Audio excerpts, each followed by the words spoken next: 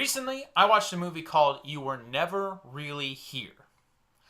This was a movie directed by Lynn Ramsey, starring Joaquin Phoenix as a man named Joe. Joe is a mercenary, hired gun. I don't know what you want to call him, but what he does, essentially, at least depicted in this movie, is he's hired to rescue trafficked girls, and he uses, let's say, brutal methods to get them back and to punish those who are responsible for trafficking them. This was a movie that was tense. That's a good way. That's a good word to describe it. It was a tense movie. Um, Joe, the main character, we don't learn a lot about him.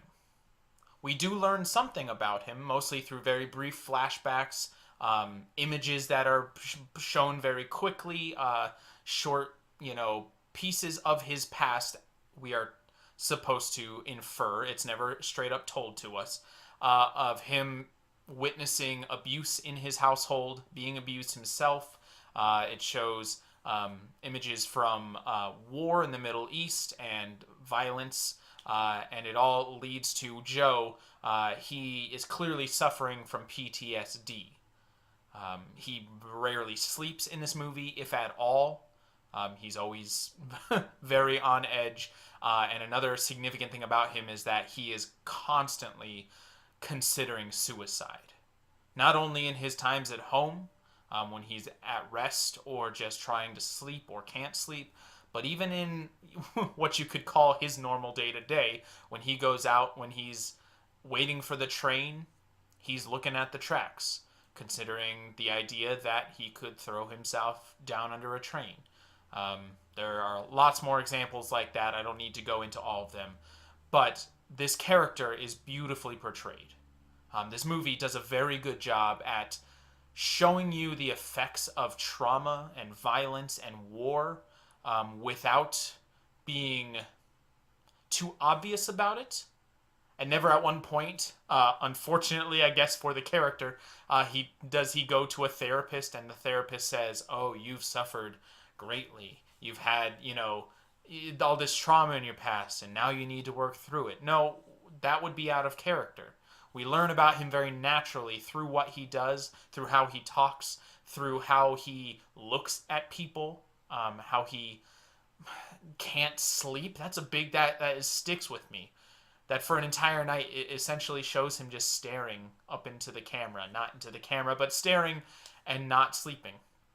He also takes care of his aging mother, which is another reason I would assume why he has not actually committed suicide.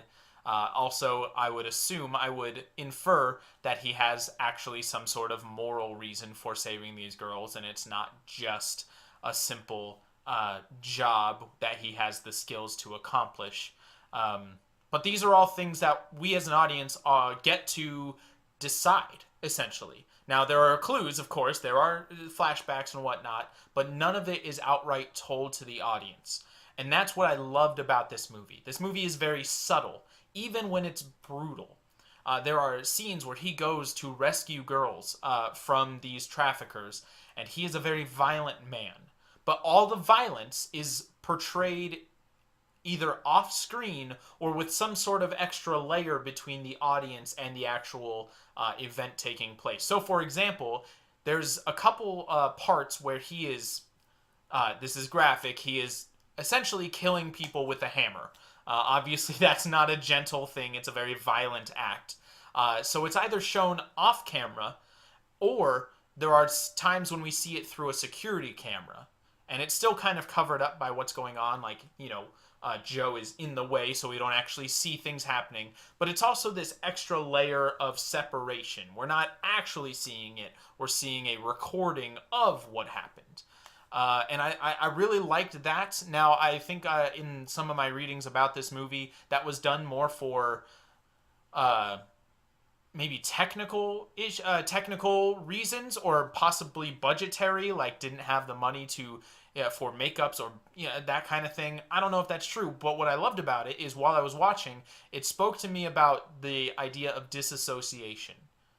Joe probably didn't like himself and tried to put himself out of the situation he was in. He knew what he was doing was in it could be considered good, but had to do bad by generic standards to accomplish it. And so he was focusing on the end goal, not exactly what was happening in this moment. And I really loved how they portrayed that. Music of this movie, the score was not what I would expect from a movie like this. Very kind of a combination of classical or orchestral, but also there's a lot of synth in there. Kept it moving. The pace of this movie was high energy. Even in the transitionary, establishing shots, music is very loud. It's very front heavy. You cannot not notice this music that's happening. Same with a lot of the sound effects. Same with a lot of just ambient noise that's given to us. It gives you an image, gives you a insight into what Joe is feeling, where his brain is at, the things that haunt him is kind of portrayed through the sound design of this movie. It's very chaotic. It's very mashed up. A lot of different things happening that don't feel right. A lot of grating. I wanted it to stop sometimes. Well, you could say that's a flaw. You could also say that's great. If art is supposed to get you to look into the human condition, then this movie did a very good job trying to explain to you what it's like for somebody going through PTSD, whose brain cannot handle loud noises sometimes, or just has flashbacks and all these things. And it was, in a way, educational for me. I kind of learned a little bit more about what this condition could be for somebody. And which is great, obviously. It succeeded very well. I just want to reestablish this was directed by Lynn Ramsey, starring Joaquin Phoenix. If you have the chance to go see it, you should. I will tell you that it is, while all the violence is mostly off of screen, it's still a very tense. The subject matter is heavy, very violent. It involves sex trafficking. While there's no explicit sex scenes or any sexual content in the movie, it does contain those topics. So if that's something that you have a difficult time dealing with, or just don't really want to watch a movie about, then I probably would stay away from it. But if you are interested in seeing it, please do. Please, again, this is a movie that you should go pay money to see.